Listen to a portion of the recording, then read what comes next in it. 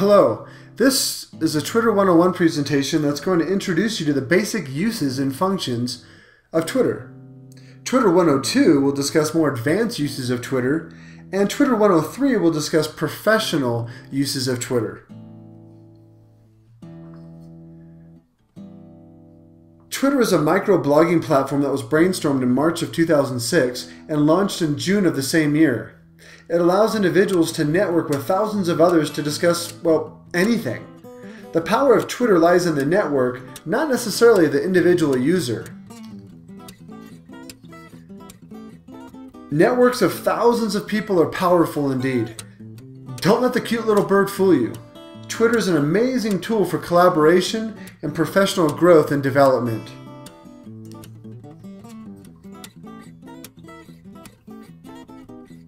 Jack Dorsey designed Twitter in 2006 as an SMS or short message service based social network, which is a complicated way of saying he wanted to network people's text messages by content, topic, and users. His idea has expanded exponentially ever since. Current estimates of about 65 to 120 million tweets per day. Now let's talk about how to get started using Twitter and setting up an account.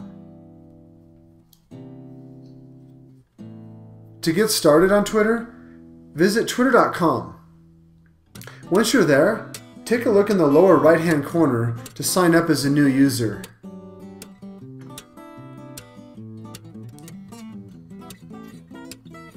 To sign up, you're going to need to decide on a username.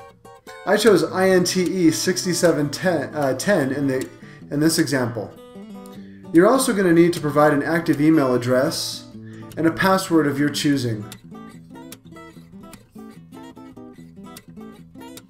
Once you do this, a second screen is going to appear that provides feedback regarding the availability of your account name, etc., and how strong your password is. Once you approve this information, you're going to click Create My Account to continue on. Once you click Create My Account to continue, a new screen is going to appear with a message from the Twitter teacher, who mentions the 140 character limit of tweeted messages. Clicking Next will take you to the next screen, which focuses on following people and organizations. If you know a few people, simply enter their names and follow them. You can always skip these steps if you want to. You may then be prompted to find more people or organizations. Again, you can skip this step if you want. Notice, however, that the area to the right of the screen, the so-called timeline, has populated with messages from people that were followed in the previous section. Eventually, you'll be sent an email to confirm your account. Doing this leads you to this screen, which essentially ends the step-by-step startup feature of Twitter. Now it's time to add to your user profile. Notice on this screen, I've chosen an image for this Twitter account. I've added a location, a web page, and a little bio here about the INTE 6710 American Eagle. After you've done this, it's time to send out your first tweet so people can actually follow you on Twitter. To send out your first tweet, you're going to want to click in the upper right hand corner where it says number 1. That's going to bring up the What's Happening box where you're going to type your message. That's where number 2 is. Once you're satisfied with your message, click where it says number 3 to tweet or send it out to what's called the Twitterverse. Notice the number 94. That indicates the number of characters out of the original 140 that are still available should you choose to type a longer message. Now that we've sent the tweet, you can see it appears in the timeline. Now it's important to discuss some of the additional basic features of Twitter use. Let's look at some of the symbols that are common to Twitter.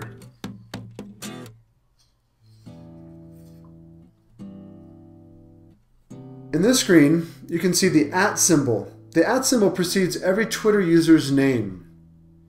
The pound symbol is used to essentially tag a tweet with a particular topic or idea that can be searched or sorted. It's called a hashtag. The next slide is going to show us this concept. Here's a tweet with many common Twitter symbols. Notice the mention of another Twitter user, the link to a website, and the 4 hashtags that relate to the content of this message. Anyone who searches for hashtag TEDx, for example, will see this tweet, regardless if they follow this account or not. It's also possible to reply to a tweet by clicking on the reply icon. This will send your message back to the original sender. By sending this message, for example, Sir Ken Robinson may then choose to respond in kind. Another powerful basic feature of Twitter is what's called the retweet, where you can pass along a message from one person to all of your followers. Consider what would happen if a person with 2 million followers retweeted one of your messages, essentially sending it out to his or her millions of followers. Pretty powerful. Well, this about sums up this short presentation, Twitter 101, where I showed you how to create a Twitter account, follow some people, send your first tweet, reply to a tweet, and retweet a message that you think is really, really good and you want to pass on to other people.